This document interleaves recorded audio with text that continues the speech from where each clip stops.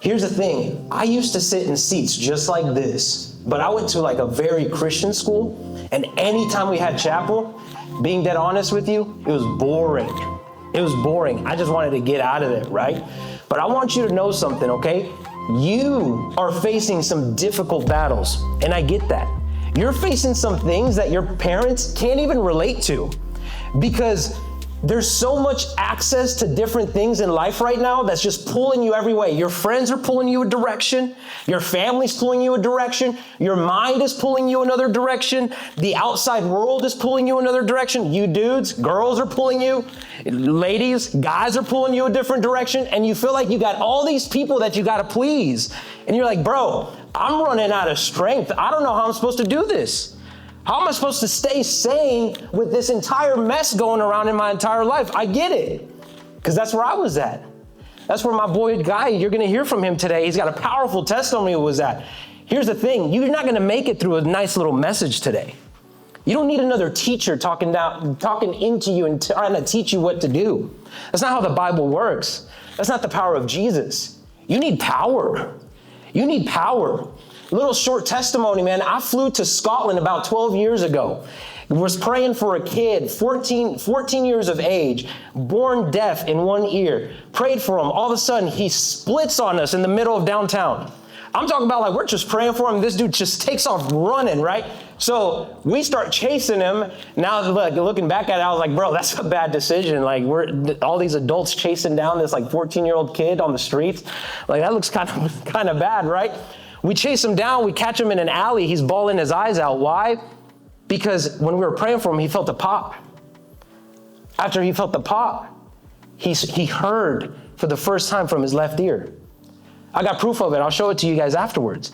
He sent me a message not that long afterwards. I got a message in my phone with a selfie from him. He said, hey, look at what headphone I'm listening to my music from. That's the power of Jesus. That's the power of Jesus. This name that we rock on our shirts, that was a real human being who went through some real things so that you don't have to operate through this life by yourself. And so today, I want you to imagine, who here likes buffets? Do y'all got a Cece's Pizza around here? There's like nobody that likes buffets? I like a buffet. You like a buffet? Hey, thanks for being bold, bro. I saw you came and got those donuts real quick, real quick. What's that? I like a buffet because I get to choose what I want and how much I want. This morning can be a buffet for you. This morning, you get to step in here and say, oh, I want a little bit of that. Hey, I need a little bit of strength.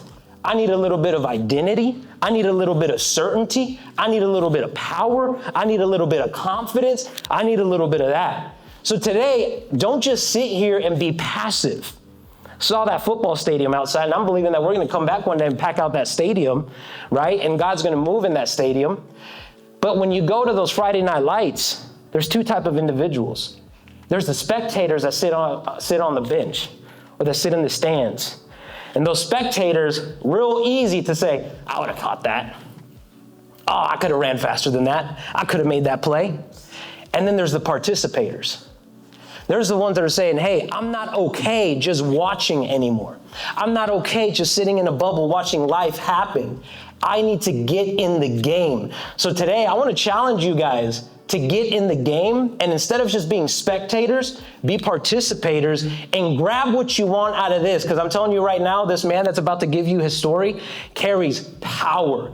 The same power that opened that kid's deaf ear. The same power that healed my friend's knee. The same power that healed this kid's collarbone that he broke on a Sunday, came to church on Wednesday, we prayed for him, brought us x-rays on Thursday. That same power is available for you today. So I want you guys to give it up for my brother, Guy Jones. If I just went to church to kick it with people or just because of what somebody told me, I wouldn't want to serve that God, man. I serve a God that is powerful, that'll change your life. And I want to be just real with y'all. And really, I want to talk to y'all about like my worst moment in life. So that y'all can understand, man, it's not a highlight show. You want a highlight show? I can give you some highlights. Man, I can fill this place up with highlights, but everybody's got to go through something in life. And what you go through may be different than me. But first off, Just real quick, I'm from Tallahassee, Florida. My dad played professional baseball. I grew up with 3 brothers. All of them played college baseball. I was a 3-sport athlete, but I was hard-headed. Didn't like to do what I was told to do. Didn't like to be instructed, like to forge my own path. And my parents used to drag us to church. I couldn't stand going to church. I probably liked church just because there were some pretty girls at church, but that was the only reason I wanted to go to church. And as I got older, instead of going and play college ball, I was like, man, I'm gonna just go make some money. And I felt like I know I'm a hard worker. I know I can grind a little bit, so I was like, I'm just gonna go to work and make it rain. Run this business in Tallahassee, and that's what I did. And I fell in love with this girl, got her pregnant, had the house on the golf course, running a big business in Tallahassee called Bowden's. And on the outside looking in, all the material things looked good, but on the inside, I wasn't right. There were some things missing. I wasn't living right. And one night, I was working late, cleaning some carpets at the Tallahassee Memorial Hospital, and my buddies hit me up. They're like, you want to go out? I was like, absolutely. And so we went out to the bar. My pregnant fiance was at the house, and I went back, and it was probably 12:30. We'd had a few drinks. I've been hanging out with some buddies, snorting some coke, smoking pot, drinking. I had a good buzz, and my fiance was like, she had a craving, like pregnant women have cravings, so she wanted something from the store. So I was like, I'll take you to the store. Let's hop in my work truck. My work truck said 24-hour emergency, so we could slide around town and kind of be incognito. So that's what we did. We were going to the store. I was on a commercial highway, and it's a windy road. I was coming around the corner, going probably 55, 60, and talking to Amanda, and I hit something. Boom! And hit something hard. I'm like, oh my God, what I just hit? It was an off-duty police officer, and I killed him instantly. And that officer been on the force for like 20 years. He wasn't going to make it home that night, and his wife was never going to see him again. And glass flew in my mouth, and I went out there, and he was done, and I was done. I was 22, son on the way. So I went to jail, bonded out, went up to Georgia. I'm like, man, I threw my life away. I have all these gifts, all these talents, all these abilities, and I'm never going to be able to use it. I didn't really believe in God or have a faith, but I knew I was built for more. I knew I was gifted, and I threw it all away. I'm like, man, I'm going to off myself because I'm looking at 45 years in prison, and that's no life. And I was going up the Smoky Mountains with my dad, and he was looking out the window. He's like, God, look out this front window. He's like, see how beautiful the Smoky Mountains are? Now look at your rear view mirror. See how small that is? You can't drive looking out your rear view mirror. You can't drive looking backwards in the past, man. This is the present. This is the future. He's like, man, there's light at the end of this tunnel. And so I went to court, pled out, got 12 years, Department of Corrections. I know some of y'all are in a DOC class here, and I was in prison in Florida for 10 years and 2 months.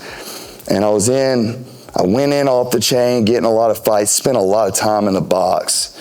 I go in for 30 days, get out of the box, stay out for 3 or 4 months, and get in more trouble, get in another fight, cuss another officer out, whatever, back to the box, 30 days. And every time I was like, dang, this is wearing on me. I'd get out, my son's mom would come up and visit me, bring my son up there. I'd get to kick it with him across the table, couldn't hold him. He'd cried, want me to hold him. And I was working at a job in prison. My job was a medical orderly. So I was essentially working in the medical department at this time in Panama City. And there was a guy that worked there for the prison. He was a doctor. And his name was Taurus Ross. And he played football for UF. Big dude, about 6'5". But he had a huge smile. And when he came in the room, he lit it up with a different kind of energy. I'm like, man, Coach Ross, what do you have that I don't have? He's like, Guy, man, I got a relationship with Christ. I'm like, man, I can tell. And so that was the first time I've seen a man's man that carried himself well, that you could just see the fruit in his life. And you could see, man, any room, it didn't matter what kind of mood you were in, Coach Ross was coming in there, hey, Guy, come on, come see me in arm wrestling, or take me out for a basketball shootout, or he just loved me even when I didn't really deserve love at this time. I had a chip on my shoulder. I threw my life away. So I'm like, let me find out about Christ, because I'm not going off of what anybody else says. So I go back to my dorm, E-dorm, and I get on my knees in a 2-man cell, just me and God. I'm like, God, if you're real, take this pain that I feel every time my son comes up here and asks to leave, and take this pain I feel when I'm not going to get the chance to take him to his first day of school or teach him how to throw a baseball. Take this pain that I feel from having to do my whole adulthood in prison and throw it all away. Take this pain. And instantly, I felt like a backpack was ripped off my back, like a weighted backpack, and I just felt grace, like unmerited favor, nothing I could earn, nothing I even deserve, but God loved me even when I didn't deserve it. And he was always just waiting. It was like he was always waiting. He was there, but he was waiting for me to acknowledge him and say, man, I need you, and I'm broken. And when I did that, instantly my life changed. Like even in prison, like there's a story in the Bible about Joseph. And Joseph had incredible favor with God and man wherever he went. And that's the kind of favor that I have. So fast forward, I get to work release, and work release is your last year in prison.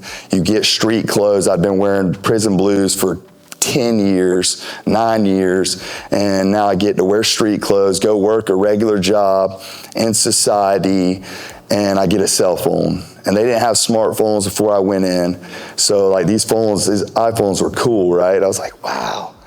But the catch was like, you can't get on social media because you're at work release. You can't do this, you can't do that. So I'm like, okay, well, I think all this is cool. So I found Spotify, and I'm like, I used to get this magazine called Muscle Fitness while I was in prison, because we could get magazines and books. And there was this guy on the cover of the magazine, Steve Weatherford, who was a NFL football player. He's a punter. He was the fittest dude in the NFL, just jacked dude.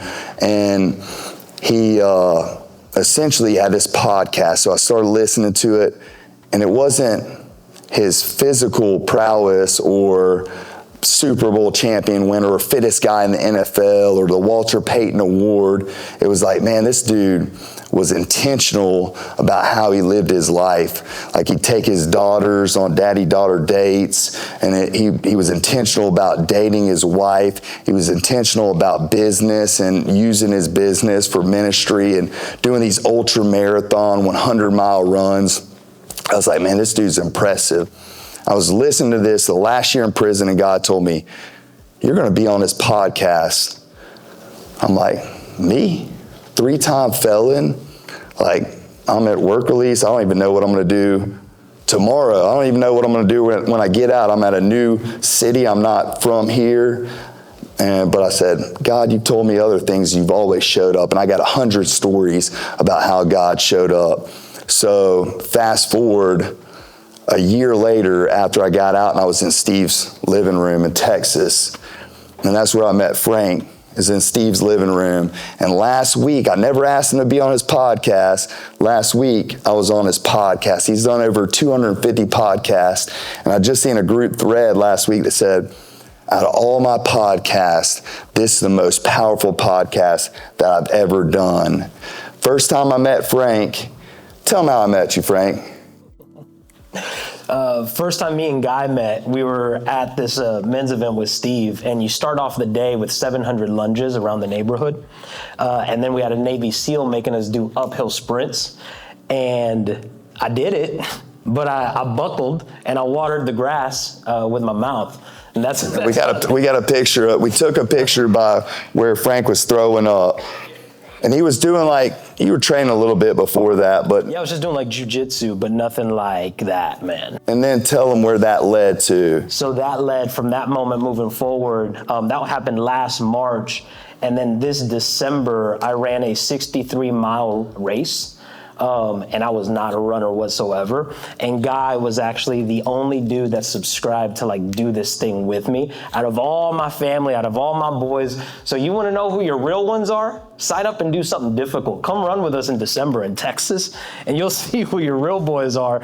And Guy Jones was a real one. He showed up. And this is what is interesting about Steve is he was a college decathlon runner, and they have all these different events. And he said, man, this is what I like.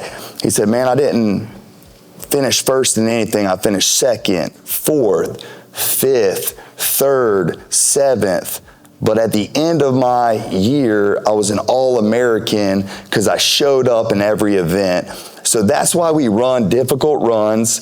That's why we do budgets. That's why, by the grace of God, after 3 years of being out in prison, I own and run a 7-figure business by the grace of God, is because I show up. I show up for my family. And if any area is weak, we try to tackle that area. And there is power, incredible power in prayer. And there's also incredible power in having a vision for every aspect: fitness, health, wealth. You got anything else for them? How much time we got left? 15 minutes. Pop off. Awesome. Yeah, man. Wasn't that good? What'd you guys think? Yeah? Come on, man. Guy's been through some stuff, yo. Guy's been through some stuff. Here's what I would love for us to take away from this, man, is that, what I love about Guy's story is that it's a story of redemption. What does redemption mean? Redemption means that you totally crapped the bed, and God comes in and he restores things for you, and he turns things around for you, right? So for some of us in here, maybe we don't got mistakes like that, but maybe there's some things in your life that you're saying, man, dude, there's some things that I've done that I'm not that proud of. There's some people that have hurt me that I haven't shared that with anybody. I want you guys to know, just like with Guy, just like that backpack got lifted off of Guy, it can be lifted off of you, right? A little bit about myself too. About 4 years ago, I went through a divorce, right? And it crushed me. It crushed me because it's the first divorce in my family, right? And that led me to eventually, I wanted again off myself. I thought that was the only way. I was in my white Toyota Tundra, lifted with big old tires, right? A Texas boy, just like you Florida boys. And driving down this one bridge, man, multiple times, it's raining. It's pouring rain. Nobody will know. They'll think it's an accident. And in that moment, again, God just, boom, comes in. And sometimes, I know I was talking about power earlier, and that's awesome. And just like we got these shirts that says Jesus is King, Jesus is also power, but Jesus is also Dad. Jesus is also Dad. In that moment, man, I just remember God swooping in and giving me the hug of a father that I had never experienced before from my dad. My dad's in my life, but I had never experienced love like that. I had never felt seen like that, never felt heard like that. And what ended up happening, maybe there's a lot of you in here right now, right, that can relate with me, relate with Guy, where everything that you're doing is to try and get the approval of your mom or your dad. If you could just say you're proud of me. If you could just say, man, I'm proud of you, son. If you could just say, man, you're beautiful, baby girl. If you could just say that to me. That's why I'm working so hard. That's why I'm lifting. That's why I'm running. That's why I'm trying to tackle sports. That's why I'm trying to get good grades. That's why I'm trying to do all these things, and I'm not getting nothing from you. Maybe there's some people in here like that right now. What I want you to know is that Jesus is King. Jesus is power, but Jesus can also be dad. Jesus can also be dad for us. And that's what's going to transform our lives more than anything, is knowing that, man, we don't just have a God that we serve, right? Like, we hear Christians so often talk about, like, man, that's the God that we serve. Man, that's the dad that I live life with. That's what I want. I don't want to be someone's servant all the time. I want somebody that loves me too, for who I am, not what I do, not what I can offer, right? And so I feel like with Guy's story, it's so powerful for us to understand that we have a dad that, regardless of what we do, if we are just willing to turn to him and say, man, Dad, I need you. I'm not perfect. I'm not going to try and be perfect. Me and Guy share each other's struggles with each other all the time. God's not looking for someone that's perfect. He's looking for someone that's real. How many of you wish you had like real friends and real people around? Like, you hate the noise, you hate the fake stuff, you hate all of that. You're just like, man, I just want someone that's real. I see all y'all's heads nodding. And let me tell you, when I went to prison, not one of my friends showed up for me. None of them did. Every friend I had, I didn't hear anything for until I got out. And they're, what's up, God? Man, I didn't hear from you for 10 years. That's not the kind of friend I want. And then it's easy when you got a lot of money, you got some things going for yourself. I feel like everybody wants something, they have an agenda. This is the first real friend that I've had that's like, it doesn't matter. Like, I can tell him the worst things about me, and he's like, man, I'm going through that too. And that's all God wants from us, because nobody in this room is perfect, and y'all are going to fall short every single day like me, if you're like me. But God doesn't care about it. He just wants you to be real. Like, hey, God, you know I deal with this, and like, man, help me because I struggle and I can't figure this thing out. And that's all he expects. And that's what I want from a friend. I don't want you to fake it with me. You don't have to put on a facade or put on a mask. I don't want you to have to work for your worth with me. I want you to work from your worth. And that's what God wants for you. You don't have to work for his worth, for your worth through him. Yeah. You work because you're worthy. That's so good, bro. Exactly, bro. Exactly. And that's what's available for all of us at the end of the day, man. Like, we're gonna give everybody here the opportunity in a little bit to make a decision, right? And I believe this is like my 100K that I ran, where I stood up and I said, hey, who wants to roll? And silence. But there was one crazy dude from Florida who swiped up and was like, I'll roll with you. On no training, let's go. No I'll come out to Texas with not the right provisions. Yeah, that's a crazy story too. You guys are gonna have to check out the podcast because you'll hear some of that story on there.